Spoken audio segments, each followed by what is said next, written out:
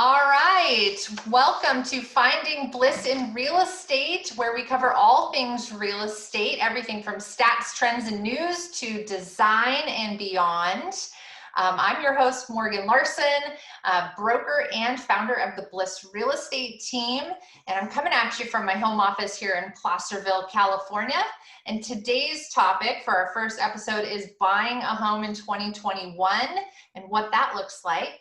And my very first guest is Katrine Kruger, our buyer agent extraordinaire on the Bliss Real Estate Team. So welcome, Katrina, and thank you for joining me and being my guinea pig. Thank you. Why don't you tell us just a little bit about who you are? Okay, well, I am originally from Norway. I grew up there and came over here to go to college and just kind of stayed. I have 4 kids and stayed home with them for a while. And just the last few years, I've been very involved in real estate. Yeah. It's been what, 4 years? This is the 5th year. Yeah. And really, I've known Katrina since she very first started, and she is a gung-ho hustler. So I was very excited when she decided to join our team in December last year. And she's killing it out there. So actually on that note, I wanted to just celebrate a little bit because yesterday afternoon, Katrina was able to get a brand new first-time home buyer into contract on the very first home they wrote an offer on, right? Yeah. Yes. And tell me just a little bit, how many homes had you guys gone and looked at before writing an offer on this house?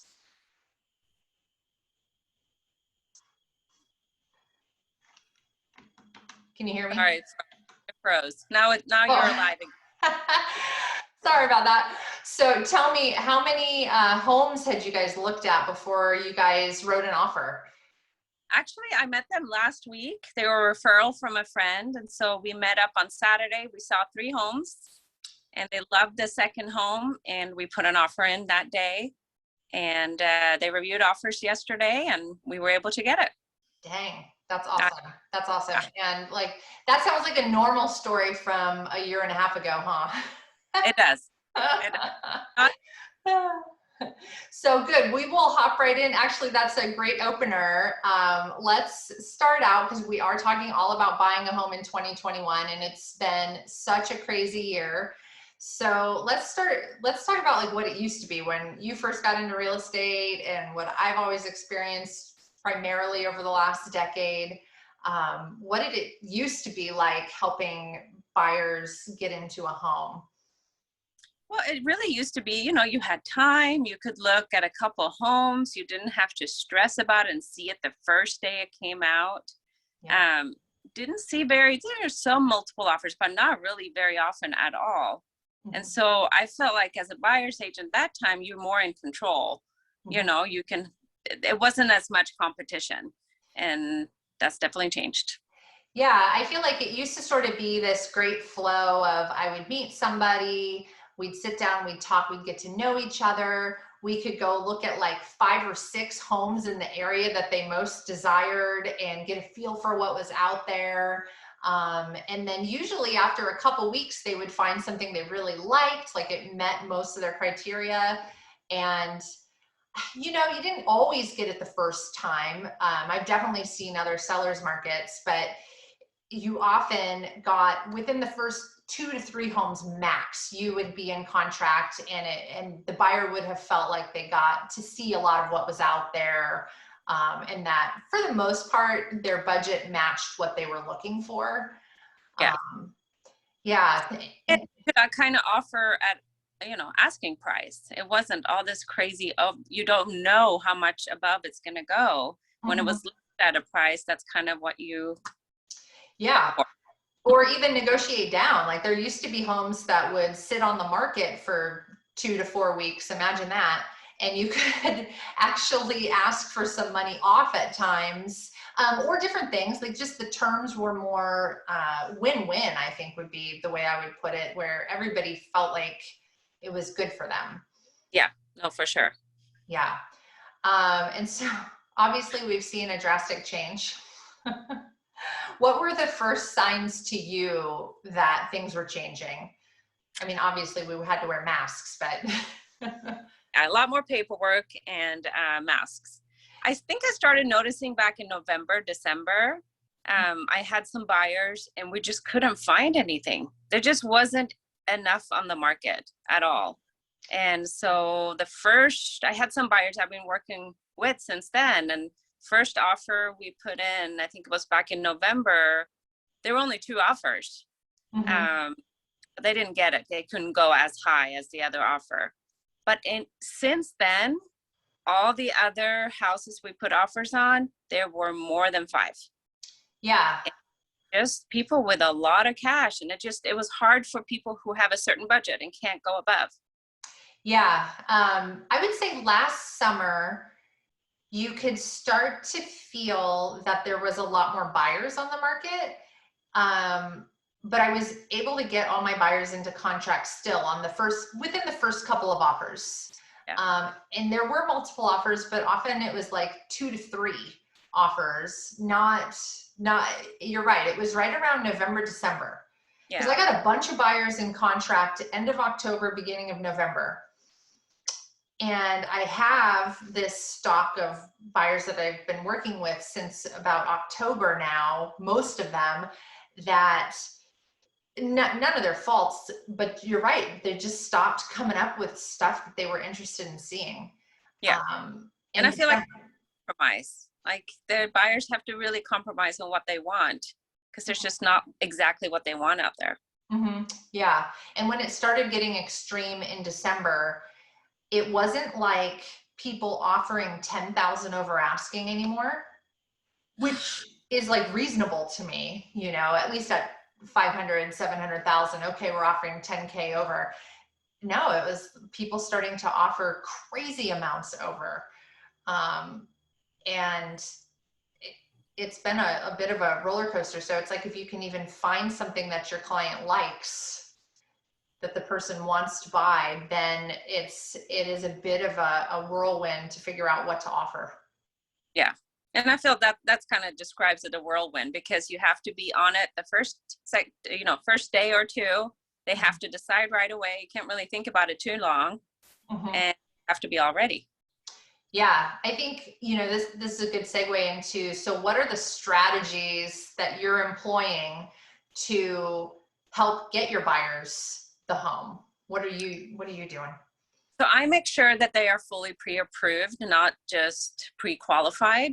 I really try to push that they'll have all their paperwork in, so they are totally pre-approved. And just, I think, educating them of the process so that they know that, hey, as soon as you see a house, we have to get right on it and you have to have everything in order. Yeah. And then just knowing the area, I always call around and talk to the other pending houses around to see as appraised, if we could maybe waive appraisal, if the buyers are comfortable with it, and if they have the extra cash in case.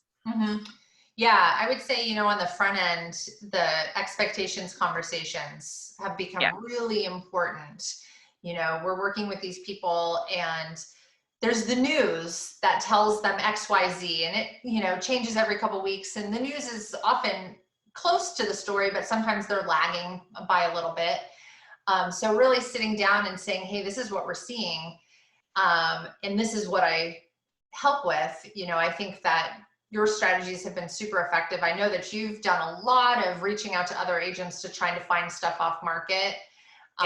We kind of both have, which is, I would say, been a really helpful strategy.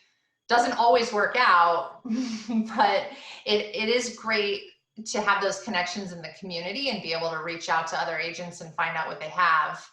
And then, helping set our buyers up for success by, like you said, getting them fully pre-approved. I mean, now if you go to look at a house and you love the house, but you don't have all your paperwork turned in, and there are 5 or 10 other offers, you're never going to get that house, even if you write the most incredible terms and price. Yeah.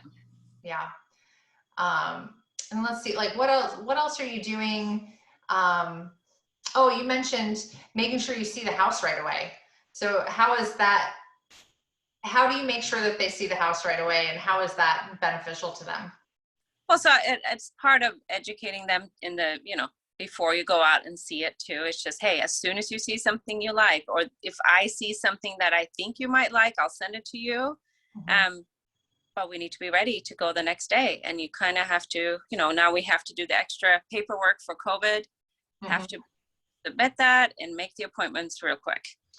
Yeah, I mean, I've even found in a couple of cases last week, I had that client, luckily, the house came on the market on a Monday afternoon or a Tuesday morning, and we went and saw it on a Wednesday, and the seller accepted an offer on a Thursday, which as a listing agent, I never would have done it that way because I want all the showings over the weekend. But things are so crazy right now. I kind of got the feeling that the sellers said, hey, we don't want the weekend showings. We want fewer people. We want to get this over with. And have you seen that happen too, where a house is only on the market for a couple of days, not even through the weekend? Yes. And I've been surprised a couple of times where we didn't even get to go see it, even if it was the second or third day. And like, hold on, wait, we have a good offer too. Right. Yeah. So, it's definitely the combination of working together with with the buyer as a kind of a partnership, a team, right? That's how I view it. Yeah. And then I love how you mentioned the buyers have to decide so quickly whether they want to write an offer or not. What are you advising your clients as far as, like, you walk in the house, you view it, we're there 15 minutes to 45 minutes, you're leaving the house. What's the conversation you're having? I think it depends on the buyer. Some just know exactly what they want and they know right away. For first-time home buyers, sometimes it's a little bit different. You maybe need to help them understand what they want, or just talk about things in the house and point things out as you walk around. But it's hard sometimes when you have to see multiple homes and then you have to decide. It's tricky. It is tricky. And I think that it feels very pressure filled. I feel like a lot of my clients feel like there's a lot of pressure to make a choice. Yeah. And some are more comfortable with that than others. Totally get it. I'm a quick decision maker, but that would make me feel uncomfortable being like, oh, I've been in the house 30 minutes and I'm supposed to know if I want to live there for 5 or 10 years. I also tell them, like, you don't have to put an offer on any of these. Yeah. If you don't feel it, and if you're not, there's no pressure. It's just that if you want it, we have to be on it. Yeah. And some needs to go through that maybe a couple of times to understand. And I think sometimes some maybe new buyers need to just see a few houses before they understand the process and why. Yeah, exactly. And, I do feel like once it's been at a couple places and if they hear, oh, well, that house ended up going pending the next day, or so on or so forth, or they wanted to wait to see it for 3-4 days because that's when their schedule allowed, which I do get that, right? We're all busy, we're working, you have to work in order to buy a house. But sometimes it does take just a couple times seeing how quickly things go to go, okay, I guess I have to change my normal decision-making process and go a little quicker. Yeah. And it's just, it's about explaining everything, because we do have to change the terms a little bit to be competitive. It's not just about the price, it's the inspections, it's the appraisal, and I just want to make sure that buyers totally understand. And so I go over it multiple times before we put an offer on, because if it's fast, maybe they just don't understand all of it. And I don't want that to happen. Yeah, me neither. And, talking about offer writing. So some things that have changed for sure. I never thought I would see a day that I would have to give the advice, basically have to give the advice that if you're going to get this house, you're going to have to waive at least one, if not two, of your contingencies. I know. So either taking away, being able to get out of the contract if something major came up for condition. So your inspection contingency, if you were to go do a home inspection and you find out that the foundation is messed up and now you're going to lose your deposit if you don't want to buy this house. So that's one major thing. What's been your experience with that so far? So I've had a couple offers where we have waived inspection contingencies, but they were obviously still do inspections. So they're still doing all of them to make sure they know what's going on in the house. Yeah. And then I did this week when we got the other one, as you mentioned, we put like a limit on it. Like we wouldn't ask for any more than, $2,000 or $3,000, or if something comes above it. We just were more specific. So we didn't waive it, but we weren't going to ask for little things. It was just to protect them if something big comes out. Yeah, and that hasn't worked for me yet, but I've only tried it once so far. But that was a tip I got from another podcast, and I thought that was genius. The idea that, hey, we're not going to waive our inspection contingency, but we're not going to ask you for piddly little things that, would cost $50 or $15 to get fixed. We're only going to ask if there's something major that would be a big change to how we feel about the house if we got stuck with it. So that's what I did on this one that I got yesterday. Yeah. I did that, write that in. Yeah, I think that's great. And it worked. Yeah, waive appraisal. Because I had found out that the homes around were appraising above. Okay. So So you did waive appraisal. You waived the appraisal contingency too? Yeah.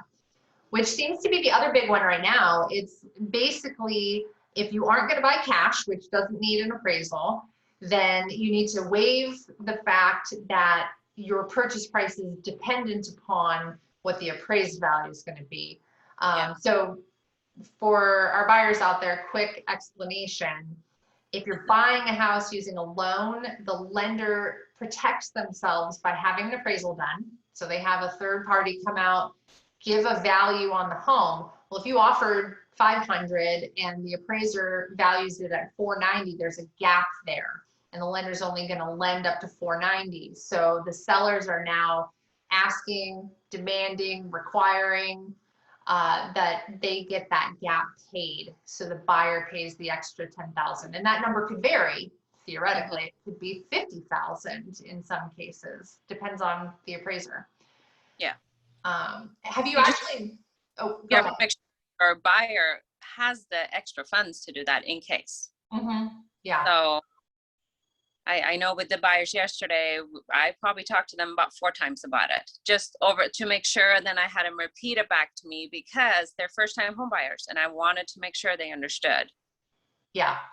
And, I think one of the things that I've been doing is a lot of due diligence before we even go look at the house to see what the other comps are. And I never used to have to do that because we had lots of time. So I would always pull comps once they were interested to kind of see how in line the house was with pricing. Sometimes I would know, I'd have a really good sense that it was way over or quite a bit under. But right now it's like, have any other homes sold for more than this that are fairly similar? Because then that someone else is going to offer that price or higher because we all have the same information. And that, if it's listed for 550, but we see comps at 585, it'll actually probably appraise for 600 or even a little more than that. So gives you a little bit more safety, kind of knowing where things are at. Yeah. And I definitely make sure that we look at that before we waive any appraisal. I will say, side note, I don't know if you have, I really haven't heard anybody talking about low appraisals happening. How about I've not there. So yeah. I had one back in November. Oh, you did. That's right. Yeah. Yes, did have one back then. Okay. Yeah. That's the only. Yeah, yours might be the only one that I've heard of, actually. I've had a couple things that I thought for sure they wouldn't appraise, that there's just no way it's going to get that price. I was on the listing side, and in one case they had waived both cases, they had waived the appraisal contingency. So I was confident we were going to get the deal to go through, but I was very uncertain that we would actually get the value, but we did in both cases. So, the appraisers understand the market. So, yeah. Yeah. Your sound's out again. Oh, is it now it's back. You're good. What other, let's see, I'm trying to think what else terms wise we're seeing in offers. Different. So that we've been doing is the closing costs. Sometimes, it's customary ways to do it. Like you share some, or you ask the seller or the buyer to pay certain closing costs. So I've had some offers where we've offered to pay for all of it. And also where the buyers will pay for their own home warranty. Yeah. And I've done other where share 50-50. Yeah. Yeah. I've done minimum 50-50. If not, it depends on kind of the rest of the terms that the buyer's doing, but sometimes asking, saying, hey, it would really be a big bump up if you paid all the closing costs. And I think both of us have been saying, hey, we'll cover we'll pay for the home warranty for the buyers. Really, it seems like all the offers, what I've noticed on the listing side is that the offers that that I'm advising my sellers to pick are the ones that are waiving the contingency, have a good amount of cash down so we feel confident they could cover the appraisal gap if necessary, are paying as many costs as possible, and just making it as easy or as much like cash as possible. Although cash is not the number one. Yeah. No, there's so many things. This is why I tell most of my buyers, it's not just the price. One thing is the price, but that not always the highest offer that wins. It's a combination of all the other terms and what the sellers need. Yes. They need to stay longer. That's another. Do they need some rent back? We see this all the time now. Yeah. They're a month or maybe a month and a half to find a next house, or just extra time to move, and they'll get it. Yeah, exactly. So that I almost forgot about rent back, but yes, huge trend right now that sellers are getting, seems like minimal a couple weeks, but up to a couple months pretty regularly to be able to stay in the house afterwards, or find their new living scenario or whatever's going on in their life. And we used to never do that. Like, it was almost discouraged. Yeah. It's still kind of discouraged because there's risks to it. But the reality is when there are 4 to 10 offers or more on the table, somebody's going to give them what they want. Yeah. And if you're the person who doesn't give them the time they need, then they're going to be, even if you offer, like you said, even if you offer the highest price, but they really need 2 weeks or 4 weeks to move into their new scenario, they're going to be put in a corner, I suppose, to pick the offer that is offering them that part. Yep. Yeah. Have you noticed too a trend in fewer counter offers, or that fewer multiple counter offers? Like often it seems like sellers are either just picking the best offer or maybe countering one offer on some terms. Have you noticed that? Yeah, so I have actually not gotten any multiple offers counter back this year. It seems like they say just do your best, your highest and best right away. We don't want to play this game back and forth. Yeah. And what I've seen, either do just your highest and best and they choose one, or they counter one person back. Yeah. I mean, and I've seen that on both sides. So, I got a sad call the other day that we were number 3 out of, I don't know how many offers. And, 5 months ago, if you were number 3, you would have been part of the multiple counters. And they would have said, hey, if your buyer could come up to this price, then you would be in line, or whatever the things are that were different. And instead, we just got the call that, oh no, we picked this other offer, and I don't blame them. Yeah. Well, a lot of time that's, goes back and forth if you're countering back and forth. So it's easier and better for everyone if it's just done. Yeah. Sooner. Yep. Well, good. Well, I think we will wrap this conversation up. I think we could go on and on forever, but if you haven't figured this out yet, buyers, things have radically changed. And I would say that it definitely matters who's on your side. helping you out, navigating this, and having someone who's well connected and a go-getter. I mean, Katrina really does prove that point, that if you make the calls and make the rapport with the other agent, it ups your chance as a buyer of actually getting in contract. So yeah, for somebody to fight for you. yes, yeah.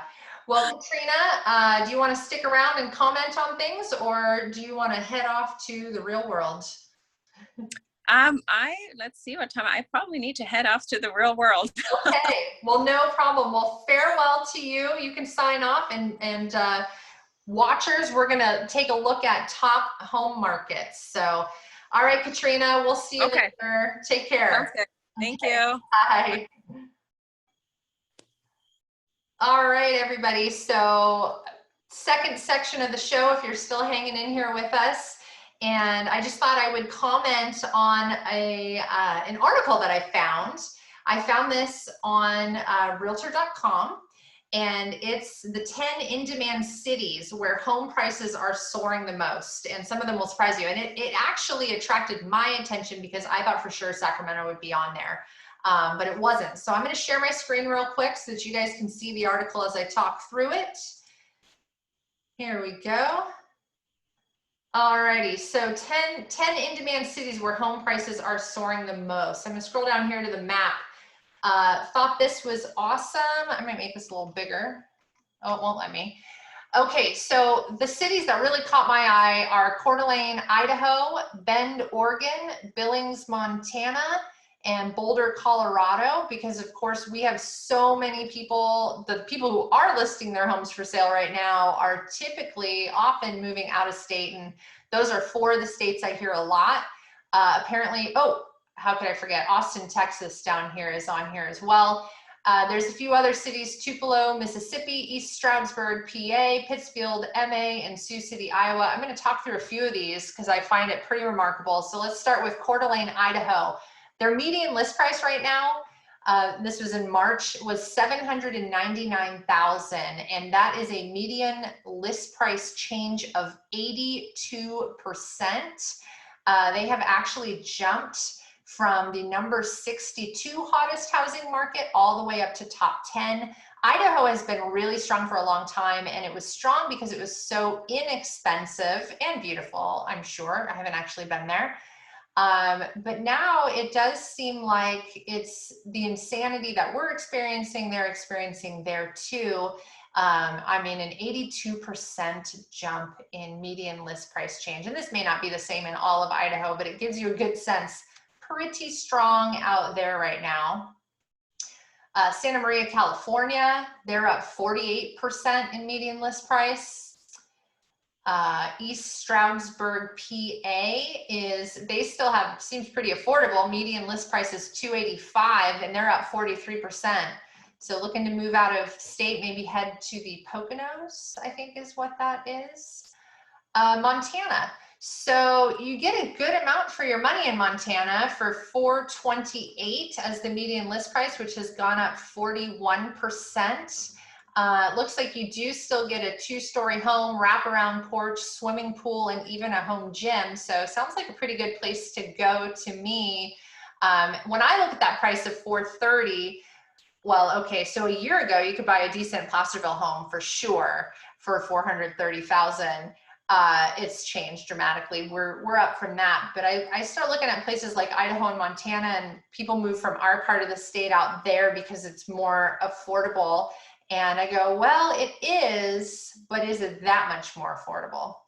Here's Boulder, Colorado, with a median list price of $900,000 with a list price change of 40%. And down here you can see that Jenny Usage from Usage Realty says, well, it's still a hippie city at heart. It has become financially unobtainable for many.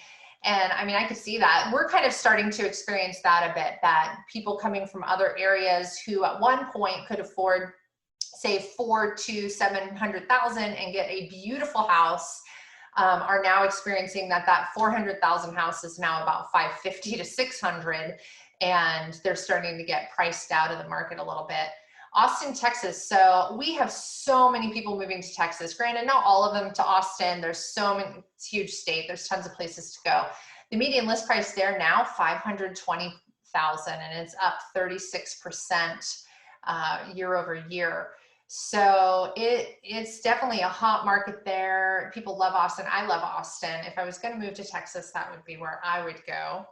And prices are definitely going up. $500,000, $500,000. That's not super affordable anymore, even with jobs in good price ranges or in good income ranges.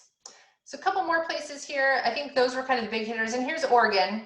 You know, Bend, Oregon's one spot. Obviously, Portland's more expensive than Bend, and the median list price in Bend was $589,000. They've gone up 33% year over year. And so, what do you get for your $589,000? Sounds like an open kitchen, updated quartz countertops, and a built-in wine fridge. Not too shabby. Probably a little more than you get here. Let me unshare here. All right, guys, I hope that you found today interesting and useful, and please, we'll include the article in the show notes. We'd love it if you'd follow along on our show, and I'd love any suggestions to make the show better. This was, of course, just episode number 1, and working to be a good little host. So thank you for joining us on Finding Bliss in Real Estate. We look forward to seeing you next week. Same time, same place.